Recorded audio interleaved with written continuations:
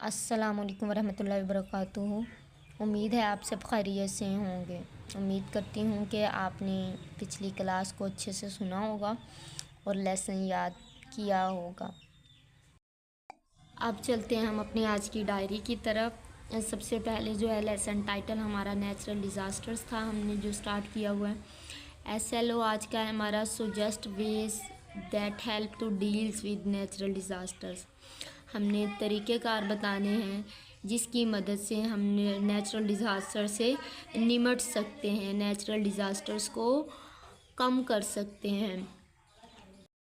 अब चलते हैं बेटे पेज नंबर 67 पे, ways that can help to deals with the natural disaster. देखें यहाँ पे उन्होंने वही पूछा हुआ है जो उन्होंने SLO में पूछा है कि आपने तरीक़ेकार बताने हैं जो नेचुरल डिज़ास्टर से निमटने में हमें मदद देते हैं। Natural disaster are the forces of nature that are beyond the control of humans.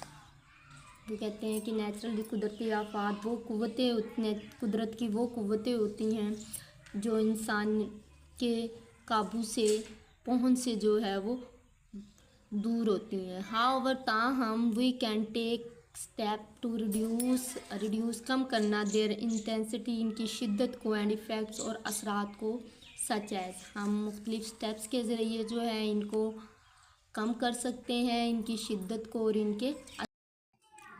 Reduce deforestation, वही बात कि हमें जंगलात के कटाव को रोकना चाहिए।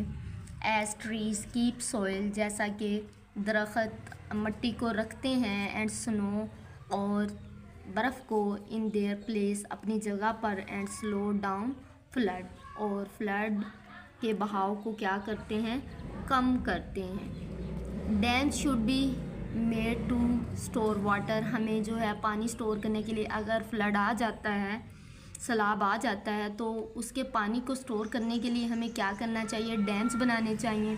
A river edges can be made strong by planting trees, वो कहते हैं रिवर के जो एजिस हैं, दरिया के जो किनारे हैं, उनको मज़बूत बनाना चाहिए। वो कैसे बना सकते हैं, प्लांटिंग ट्रीज़ लगाकर, एंड क्योंकि ट्रीज़ जो हैं उनकी जड़ें क्या होती हैं, वो मज़बूती से जो है वो सॉइल को भी पकड़ लेती हैं और जो है वो उसके पानी के बहाव को जो है वो रोकती हैं। एंड प्लेसिंग सैंड बैग्स, और सैंड बैग्स मट्टी के जो है वो बैग्स रख कर अलोंग रिवर बैंक, रिवर दरिया के बैंक कहते हैं किनारे को, किनारे पर जो है वो दरख्त लगाकर और बैग्स जो हैं उनको रख कर हम क्या कर सकते हैं, रिवर के एजिस को स्ट्रॉन्ग बना सकते हैं। River water can be redirected away from the city and towns to prevent flood, वो कहते हैं कि रिवर के वाटर्स को रीडायरेक्ट करके सिटी से और टाउन से जो है ये सैलाब का जो है फ्लो, उनको क्या किया जा सकता है, रोका जा सकता है। Avoid constructing building and houses in high risk places. High risk places वो जगह होती है जहाँ पे नेचुरल डिज़ास्टर्स के चांसेस जो हैं वो ज़्यादा होते हैं। जैसा कि वो कह रहे हैं, landsliding areas on flooding plans पर एंड इनएक्टिव अर्थक्वेक जोन पर, जहाँ पे हमें पता होता है कि ये जो है वो एरिया लैंडस्लाइडिंग वाला है, जहाँ पे ऊंचे ऊंचे जो है वो ठेले बने होते हैं, और उसके अलावा जो है फ्लड प्लान्स वो इलाके होते हैं जहाँ पर जो है वो मोस्टली वाटर रिजर्वायर मौजूद होते हैं, लाइक दरिया वगैरह या समंदर वगैरह जो होते हैं वो मौजूद होते हैं। डेंजरस, यहाँ पे रहना जो है वो ख़तरनाक हो सकता है।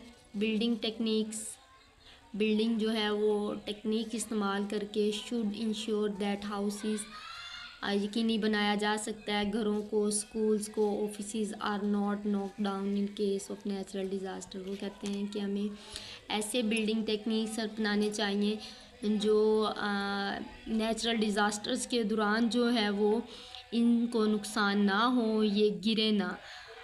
These can be designed in such a way that can be more resist to the natural hazards। वो कहते हैं इनको इस तरीके से डिज़ाइन करना चाहिए कि ये जो है वो कुदरती जो है वो ख़तरात का सामना कर ले। फॉर एग्ज़ाम्पल, मिसाल के तौर पर बिल्डिंग विद डीप फाउंडेशन बोलते हैं बुनियाद को, डीप गहरी। बिल्डिंग की जो है हमें गहरी बुनियाद रखनी चाहिए। And steel framing can resist the effects of hazards. वो कहते हैं कि स्टील की फ्रेमिंग जो है वो क्या है, ख़तरात के असरात को क्या है, मज़म्मत करती है, उसको जो है वो कम कर सकती है।